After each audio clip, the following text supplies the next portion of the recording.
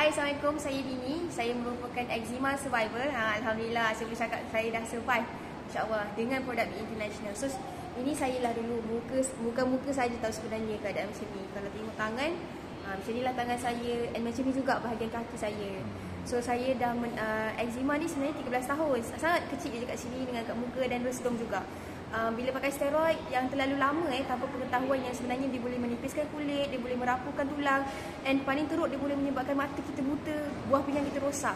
Masya Allah. Tapi saya tak tahu benda tu kan. Up until bila tahun 2022 tu, eczema saya ni tiba-tiba dia keluar lagi banyak tau. Yang menyebabkan saya carilah ilmu kenapa saya punya eczema ni keluar makin banyak. So dari situlah saya belajar Tropical Steroid Withdrawal, TSW, di mana badan saya dah immune dengan steroid. So dari situ saya buat natural, memang cut semua makanan inflammation, pantang gila-gila, gula putih tu langsung. Dan sampai sekarang Alhamdulillah. Tapi perjalanan dia tu agak slow tau nak dapat perubahan. Up until berjumpa dengan Be International, makan pakai Alora, makan Shirutol, Leucos, Spirulina. Dalam tempoh 6 bulan tu perubahan yang Masya Allah, saya sangat-sangat bersyukur sebab saya dah boleh mandi, saya dah boleh tidur balik, saya dah boleh ambil uduk dengan selesa, saya dah macam-macam nikmat dah. Until sekarang ni nikmat yang paling besar nikmat makan.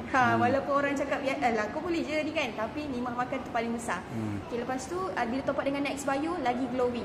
Bila top up dengan Biol, nak keluar new Biol produk yang ada postbiotik ni, lagi bas gila-gila. Masya Allah, Alhamdulillah.